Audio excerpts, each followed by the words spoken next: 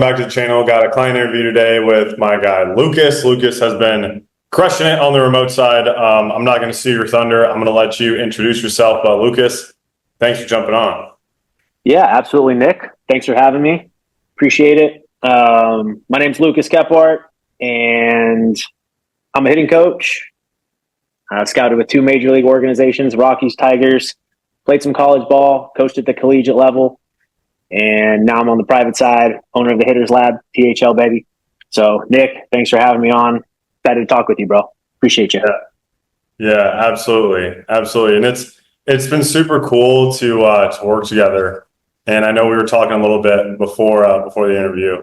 I don't know, maybe if you want to kind of talk about where you were at and just in terms of like your overall business before you jumped into the program. Yeah, absolutely. So, I have had a large following on social media for a very long time. I've had a high demand for sessions in person, but not as much on the remote side, right? And so for me, it's kind of twofold. It's like, well, how do I serve more athletes while also, enhancing my business, win-win on both ends? And I got into this place where I was kind of, stuck a little bit.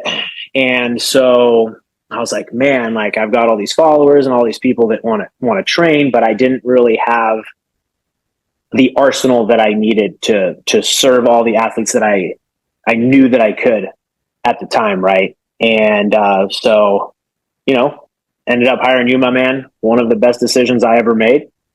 And what it really did is just added tools to the toolbox, weapons into the arsenal where I can, pull anything out of my back pocket based on what the athlete needs, in terms of like, if it's a remote program, hybrid program, et cetera, like I have something for everybody, and it just gave me a plan of attack, to serve better and enhance my business. And I mean, it's been great. I know there's not a lot of context there right now, but that's kind of a general overview, from the get-go.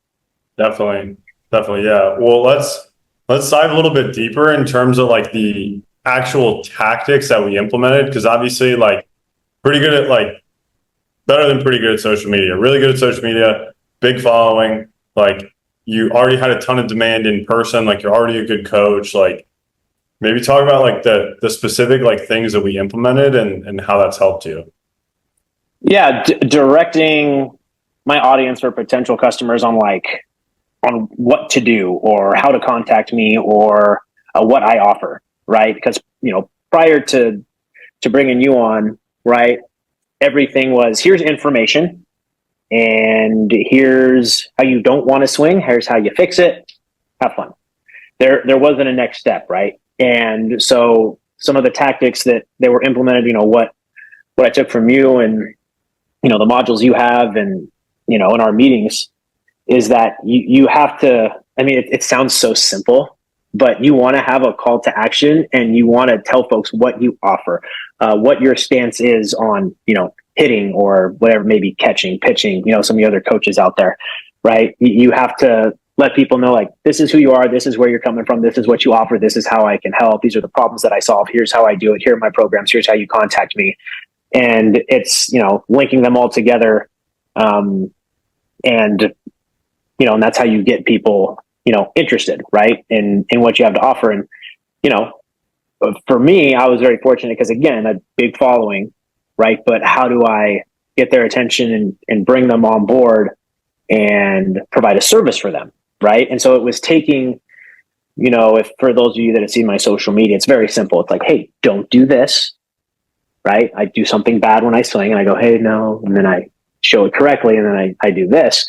And what I added on there was like, hey, if you're having a problem with this, shoot me a DM, click the link, shoot me an email, and we'll talk, and let's see if this is a good fit, right? So it gives them like, oh, he actually, because some folks didn't even know where I was, didn't know what I offered.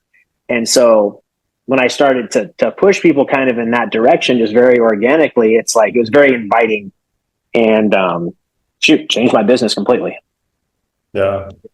And I know it sounds so simple, like there's probably somebody watching this right now who's like, that's so simple, like, but that's seriously it. And I guess on the let's say like the program side of what you're delivering to your athletes? I know we were talking a little bit about how you were doing a lot of the hybrid stuff already, but just the way that you're framing it and pitched it and offering it has changed. Like maybe if you want to talk a little bit about that too. Yeah. So I've always offered, well, not always, but for approximately a year now, I've offered a hybrid program. But when I was discussing it or pitching it, whatever term you want to use, to new families, new athletes, etc., you know, I would discuss like, hey, I would really harp on the in-person training. And I wouldn't spend as much time talking about the importance of sending video, remote training, workouts, check-ins via video, Zoom, etc. And, you know, when you, for those of you out there that do any kind of baseball lesson, you know that it's once a week, every other week, or once a month, or, you know, what have you.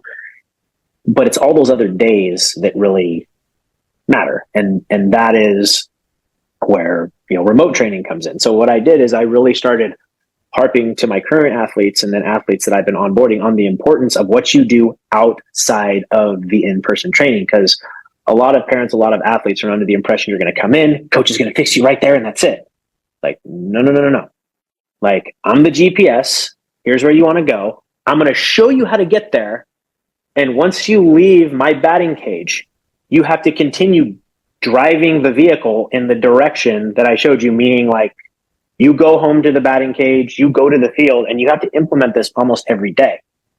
Like, I'm giving you the blueprint, but you have to use it. And so what that does is that puts it back on the athlete to take responsibility for their development, right? And that ultimately makes the athlete better, because when they're in the batter's box, they're by themselves.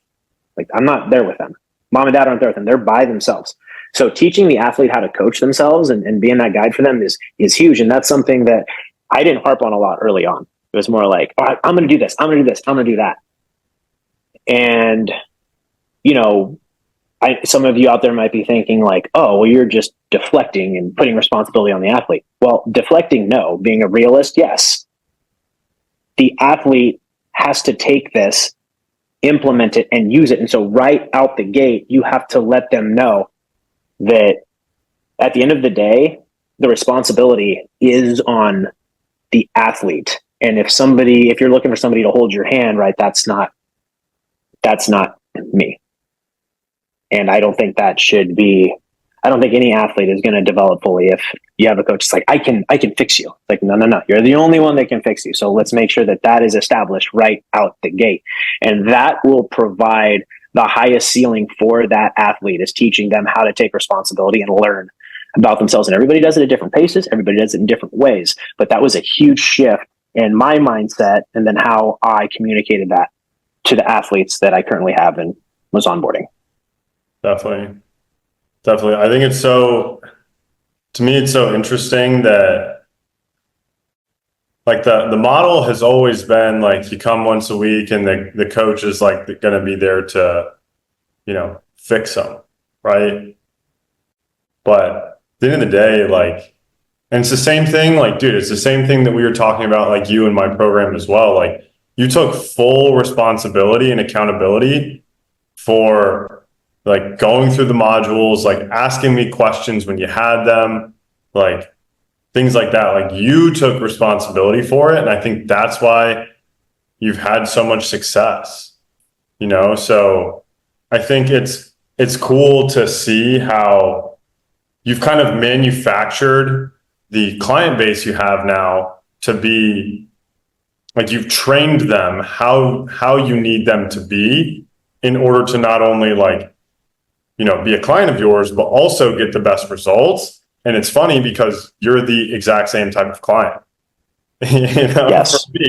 for me, at yes. least, right? Mm-hmm. So you said something interesting before about how you were like, kind of like retrained the way that you think about this stuff.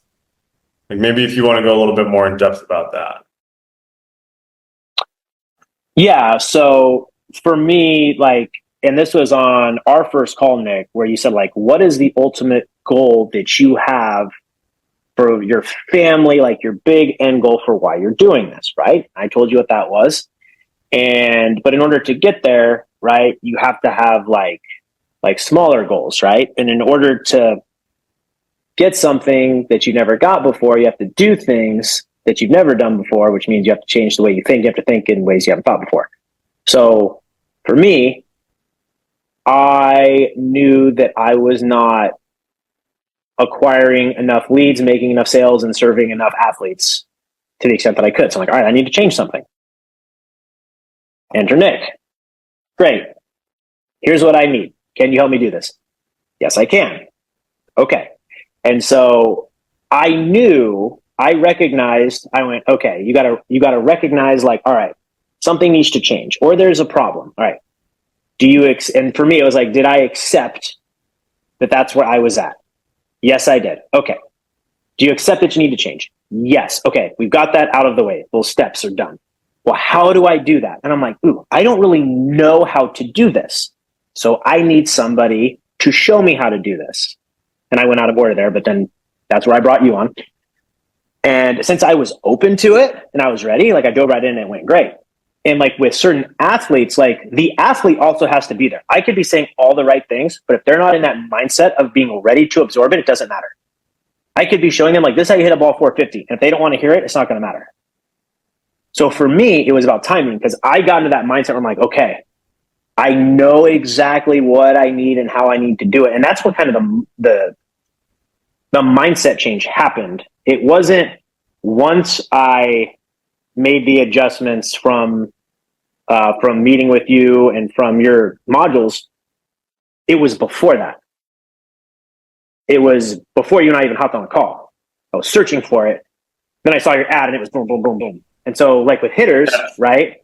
The hitter, right? So when the hitter on my end, right, looking at my athletes, when the hitter is looking, or the parents, when they're looking for, hey, we need to make a change. We need to make an adjustment, right? Then they're going to find people, everything's going to get better by default. But the mind change happens way before the results do. And so for example, I look back and I'm like, wow, could I have done this way sooner? Yes, but was my mind there? No. So in reality, I wasn't in that place. I had to get to a place where I was ready. I had to change my mindset so I was ready to do what I needed to do. Does that answer your question? Absolutely. Yeah. Absolutely. Because everything stems from the mindset, like the reason why your athletes get results is because like the best ones, like their mind's in the right spot, Yep. Like you were telling me about that kid who his dad was sending you video. And then the kid takes like obviously you stepped in, right? And you're like, hey, stop that shit. But the kid now takes ownership. And guess what? Now he's way better, Yep. I think that's so important. Like, obviously this is about like you and my program, but at the end of the day, like, dude, that's how you get results with anything in life, is that exact mindset shift where it's like, okay, like I need to accept that, I am where I'm at and that I don't know what I'm doing, and that it would be a lot easier if I got somebody's help. But even if you have a coach on board, like some of your athletes come to you, they hire you as a coach, and they're not ready to change, so they don't get results, or not exactly as they could. Exactly. And that is, I'm going to digress here a little bit, but a lot of times that's because, the parents want this for their athlete and they see it, but the kid is not there. It's obviously a little different with us as adults. Like if we're seeking you out and we're like, hey, Nick, got to help. I think and you correct me if I'm wrong, I think you shared this with me earlier, it's pretty rare if folks aren't going to try to change or make an adjustment because of the investment that they make in their adults, right? Obviously, there's a few folks that think there's a magic pill, right? And you're not going to do anything. It's just magically going to happen, which, but in my, you know what I mean? With my athletes, right? The thing is sometimes the parents are ready, but the kids are not. And that there's a disconnect there. And that's where it's my job sometimes to say, talk to mom and dad and say, hey, Billy and Sarah, little Johnny, I'm telling him what he needs, but he's not ready to hear it. And you see it, but he's not there. So this is not the right time. Because my job is to not control. My job, I don't control your attitude and your effort. I tell that to every athlete. I said, if you have good attitude and you have good effort, I don't care how good or bad that you are. Okay? So I've had kids with cerebral palsy in here who can only use one arm. I've had big leaguers in here who can hit the ball 450 feet and 110 miles an hour. I said, I've had both ends of the spectrum. So, but the one thing that I will not have is me having to go, have a good attitude, try harder. I will not manage that. Right? There's been twice where I've asked kids to leave. I said, and I'll even ask them, am I being fair? And they're like, yeah. I've never had any pushback. The kids or the parents will 100% go, yeah, you're right.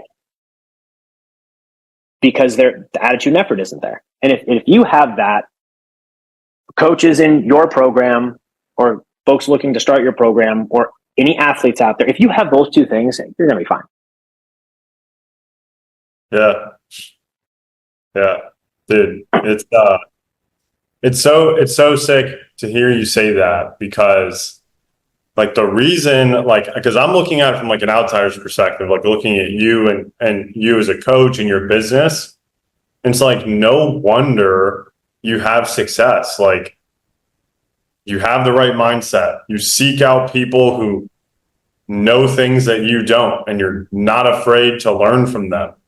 And then you also hold your athletes accountable and put them above anything else. Like, no shit, you've been able to have success. You know what I'm saying? So I just want to say, like, publicly, I think it's awesome what you're doing. Appreciate that. It's well, truly like, learned quite a bit from the best, my man. No, it's truly humbling to like have a guy like you, like with the success and pedigree that you have, to trust me. Like, dude, I just turned 27. You know, Happy birthday. Thank you. Yeah. But, switching gears a little bit, like last thing I want to ask, like, yeah, what would you say to anybody who is maybe on the fence right now, thinking about, oh, is this something that I want to do? Maybe I can figure it out on my own. Like, what would you say to those people?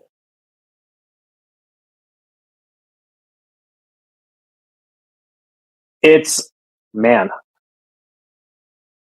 like, this is so much easier to do than you actually think. It's easy. Like, I'm serious. Like, you're already thinking about it. And I'm talking to people that are like unsure. Well, should I hire Nick? Should I not? Seems sketchy.